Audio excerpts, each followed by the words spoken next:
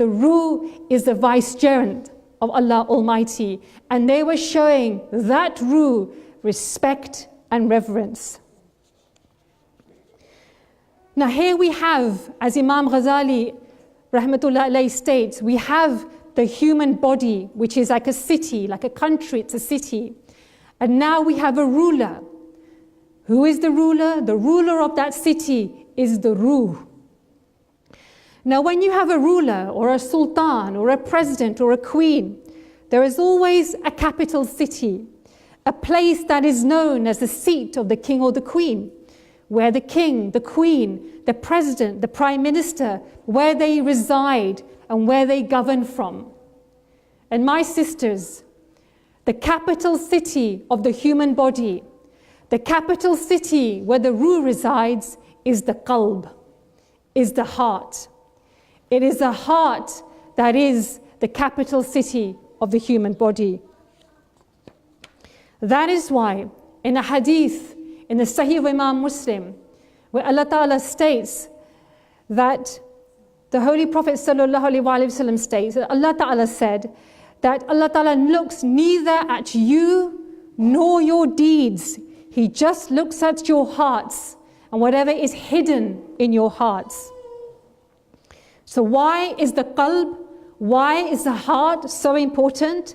Because Allah Ta'ala's deputy, Allah Ta'ala's vicegerent, the Ruh, resides within that heart. Now this heart, it doesn't refer to the vegetal heart. That is just merely an organ that beats and pumps blood to all of the organs. No.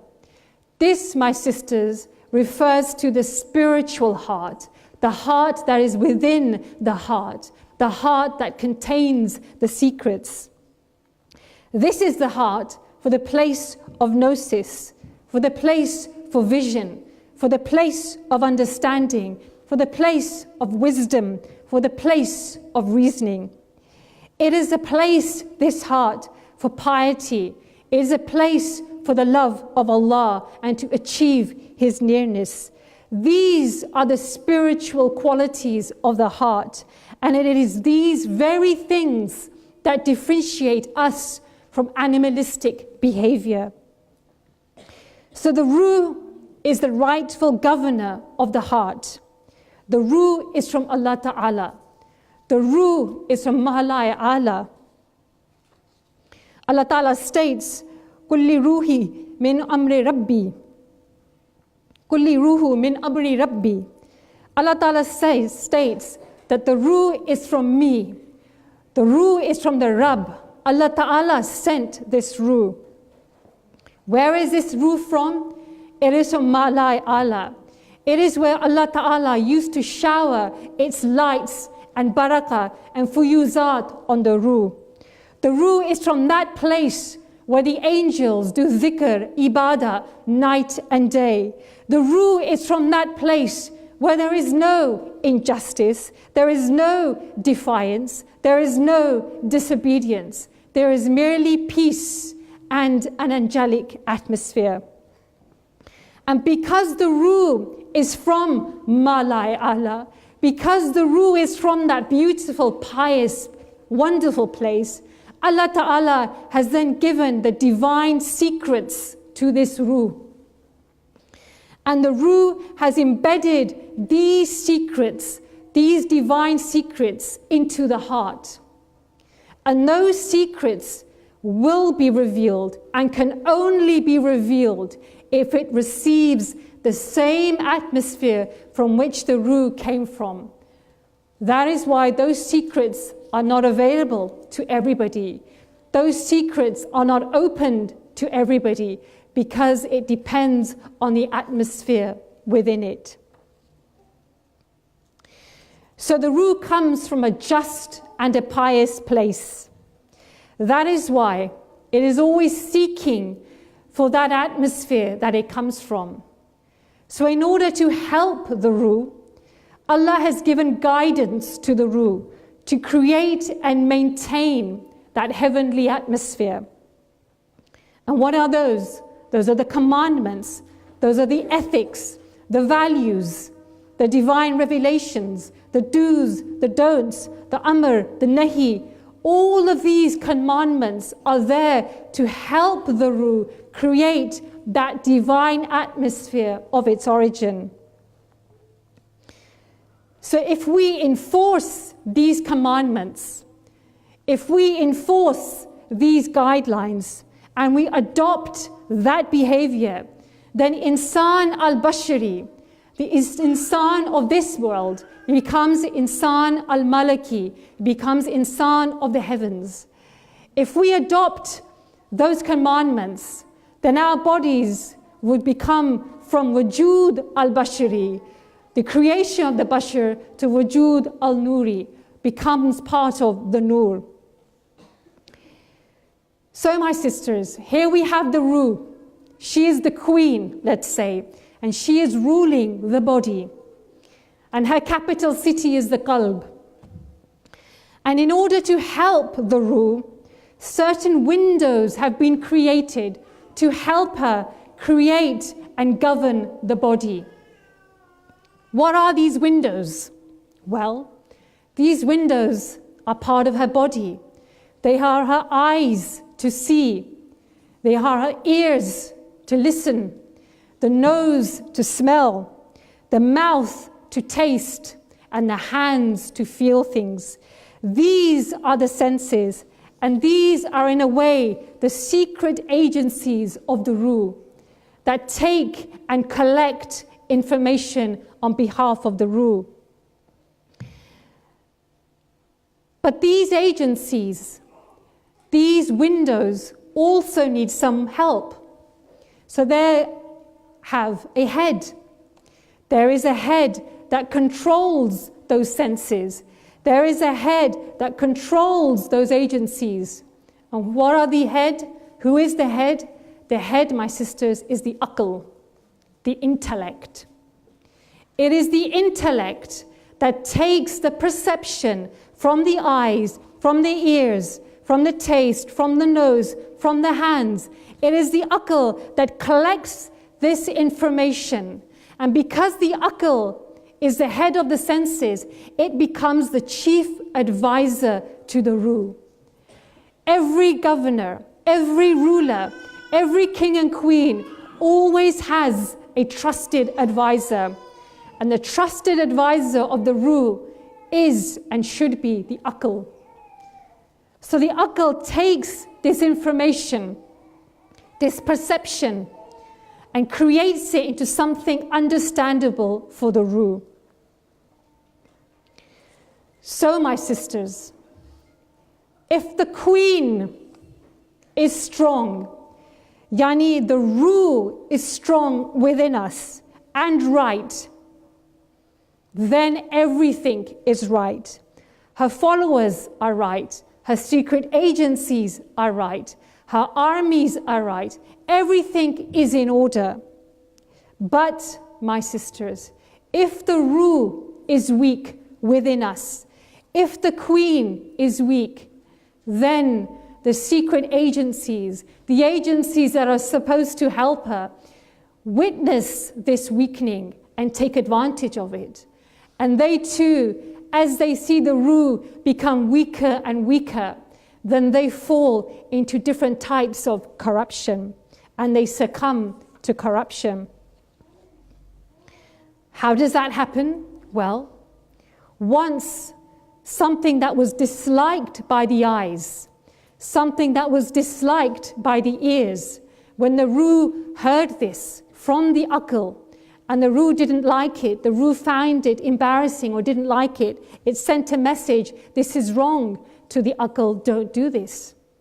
But now suddenly, when the ruh inside is weak, the ruh is weakening, and the Akhl, the intellect, is collecting all this information from the senses and is listening to different things, gossips and hatreds and jealousies and whatever.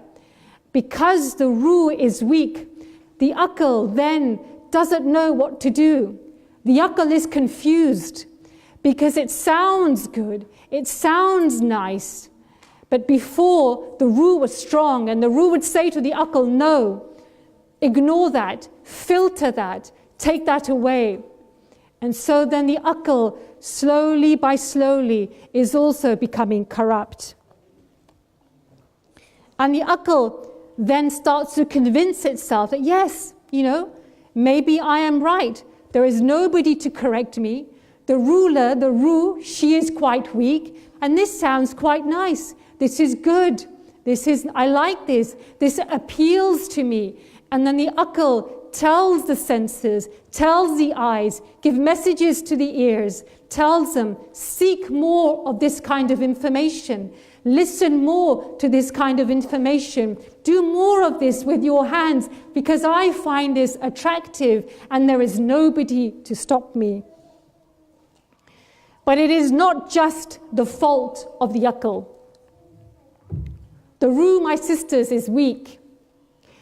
But just like any governing body, just like any government, there is always an opposition party. Just like here, you have the Conservatives in power. Who are the main opposition? The Labour Party. I'm not alluding at all that anyone here is the Nafs and anyone here is the Ruh. I am merely making a point here that in any government, there is always an opposition party. And Allah Ta'ala, in all His wisdom, in all His majesty, has decided to make the human body a democratic government. So Allah Ta'ala also placed an opposition party within the human body. And what is that opposition?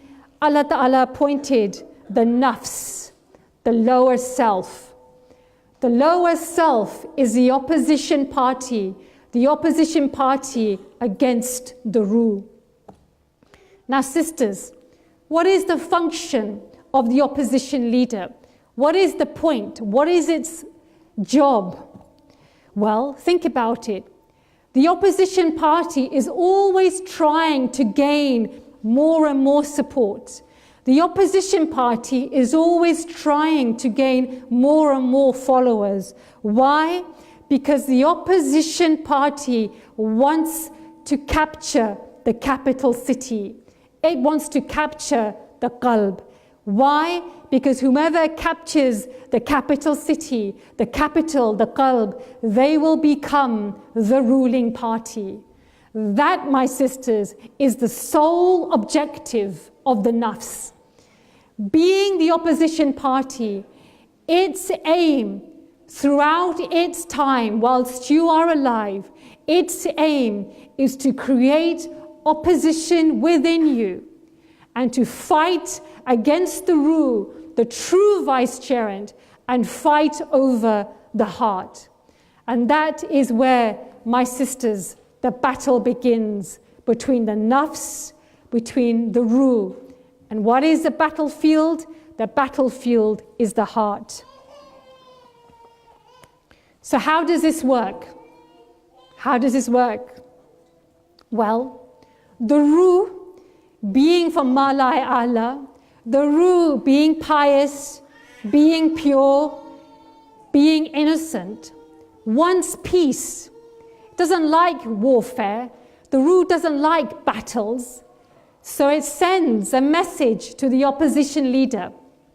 The Ruh sends a message to the Nafs and says, Nafs, why are you doing this? What is the problem? Can't we live peacefully? Can't we negotiate? Can't we live together in some kind of harmony? And who does the Ruh send? The Ruh sends its chief advisor. And who is the chief advisor of the Ruh? The Akhl. So the Ruh sends its chief advisor, the Akhl, to the Nafs and says, let's make a pact. Let's negotiate. Unfortunately, my sisters, this is where things begin to go wrong. Those of you who work and have ever entered into a negotiation, particularly if you're in companies or you're in the law, in the legal field, you will know that the party who is the stronger party, the party who has stronger negotiation skills, will have the upper hand and will be able to negotiate a better deal. Now, the Nafs is a very attractive opposition leader. It has many charms and attractions because the Nafs belongs to this world. The Nafs belongs to the dunya. And the Ruh is from the heavenly world. The Ruh is from Ma'la A'la. What the Ruh has to offer cannot be unseen. It is from the unseen. We cannot see it. We cannot perceive it. We cannot see what the Ruh has to offer. But what the Nafs has is very readily available. It has the charms of the dunya. And it has all sorts of methods of deceit available to it. So when these frequent meetings happen between the Nafs and the Akhl, because the Nafs represents the dunya, and because we as individuals do a great deal to benefit our dunya, our Nafs is so strong, what happens? Well, the Akhl is engaged in negotiations, but then the Akhl is attracted by the Nafs. The Nafs calls it with the charms of the dunya. And slowly by slowly, the chief advisor to the Ruh, the chief helper of the Ruh, the Akhl, now begins to like the Nafs, begins to become attracted by the Nafs. And so, it begins to be influenced. And what happens? Remember, the Akhl is the chief, is the head of the senses. And it controls the senses. So now the Nafs knows that if I have control of the Akhl controls the senses. And it is the senses, the eyes, the ears, the nose, the mouth, the hands, everything. That is what leads to bad things. And if I can control the Akhl, then I can control the senses. And if I can control the senses, then I can rule the body.